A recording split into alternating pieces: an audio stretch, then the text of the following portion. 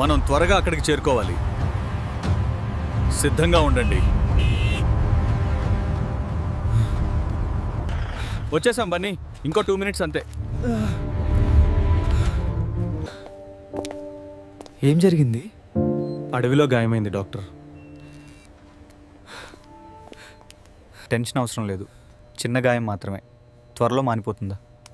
ఏమిటి? ఆగండి ఆగండి, నేను ఇప్పుడే వస్తున్నాను. ఏం జరిగింది సార్? ఫోరెన్సిక్ ల్యాబ్లో మరో హత్య జరిగింది.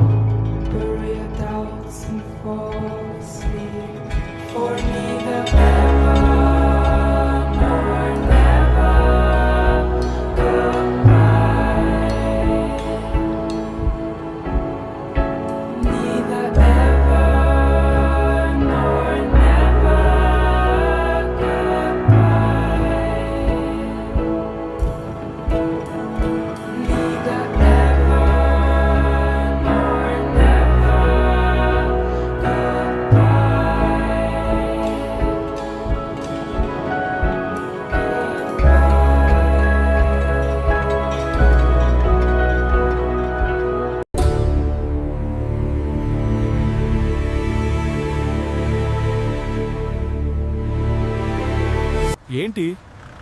సరే నేను వస్తున్నా.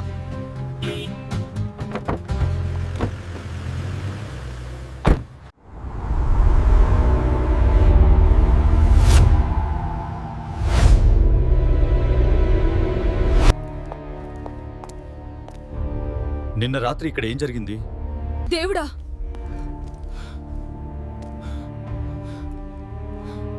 ఈ ఇద్దరిని ఎవరు చంపారు? సీసీటీవీ ఫుటేజ్ ఎక్కడా?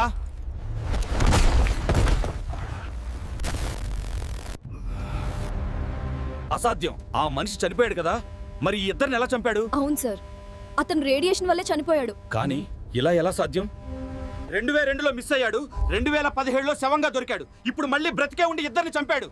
కానీ ఎలా? నా తల ఈరోజు పగిలిపోతుంది సార్. సరే సార్, నేను ఇప్పుడే వస్తున్నా.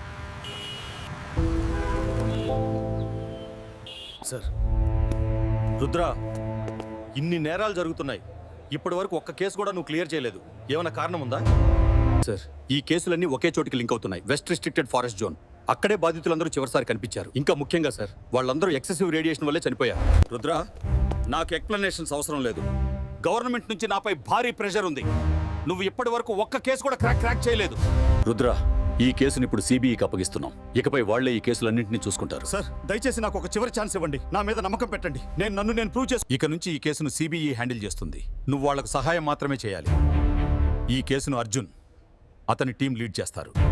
ఇంకో 14 hours టెస్ట్ మొదలవుతుంది. అతడే మన భవిష్యత్. సార్, ఇంకో విషయం, 2002 టైమ్ లైన్ సబ్జెక్ట్ ఇంకా బ్రతికే ఉన్నాడు. నిన్న రాత్రి ఇద్దరు సెక్యూరిటీ గార్డ్స్ని చంపాడు. అంటే సీరం అతనిపై సైడ్ ఎఫెక్ట్ చూపించింది.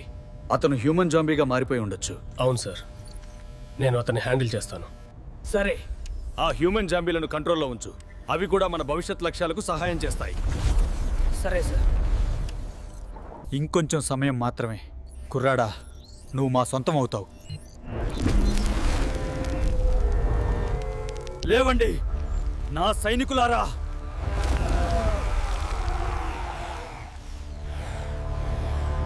ఇంకోవాడెక్కడా?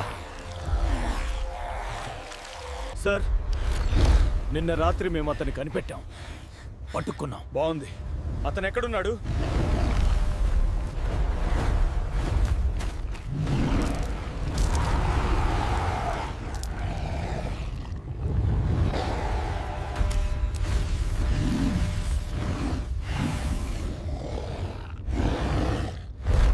సరే, ఇప్పుడు ఇతను చూసుకో. ఇంకా ఒకటి గుర్తుపెట్టుకో, ఎప్పటికీ పట్నంలోకి వెళ్ళకూడదు. ఆకలేస్తే ఫారెస్ట్ రోడ్ దగ్గరే వేటాడాలి.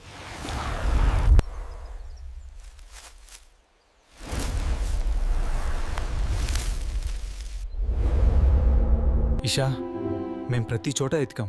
రిస్ట్రిక్టెడ్ ఏరియా లోపల కూడా చూసాం. రిస్ట్రిక్టెడ్ ఏరియా అంటే నా తమ్ముడు ఆ రిస్ట్రిక్టెడ్ ఏరియా లోపలికి వెళ్ళాడనమాట ఏడవ కిషా మేము అతన్ని ఇప్పటివరకు కనుగొనలేకపోయాం కానీ అక్కడ మేము చూసినది ఊహించలేంత భయంకరంగా ఉంది. శివ, నువ్వు అక్కడ నిజంగా ఏం చూసావు? మేము వారిలో చాలా మంది చనిపోయారని అనుకున్నాము, కానీ నిజమేమిటంటే వారు చనిపోలేదు, వారు ఇంకా బ్రతికే ఉన్నారు. అయితే శివ, అక్కడ చనిపోయిన వారు ఎలా బ్రతికున్నారు?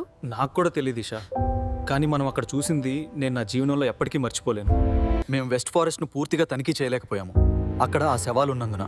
అయినప్పటికీ వెస్ట్ రిస్ట్రిక్టెడ్ ఏరియాలో ఏముందో మాకు నిజంగా తెలియదు. కానీ నువ్వు టెన్షన్ పడకిషా, మేము తప్పకుండా విక్కీని కనుగొంటాం. అలాగే నా నాన్న చావుకున్న నిజం కూడా బయటికి తీస్తాం. సార్, మీరు చెప్పిన ఈ అర్జున్ ఎవరు సార్? అర్జున్ భారతదేశంలో గొప్ప క్రైమ్ డిటెక్టివ్. అతనికి 100% విజయాల రేటు ఉంది. అయితే నేరస్తులు అతనిని డెవిల్ అని పిలుస్తారు.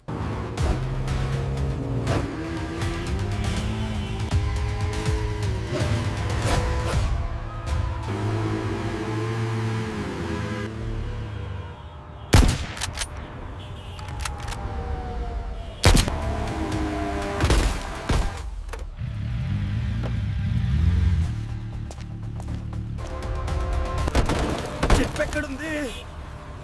నాకు తెలీదు. పోరా.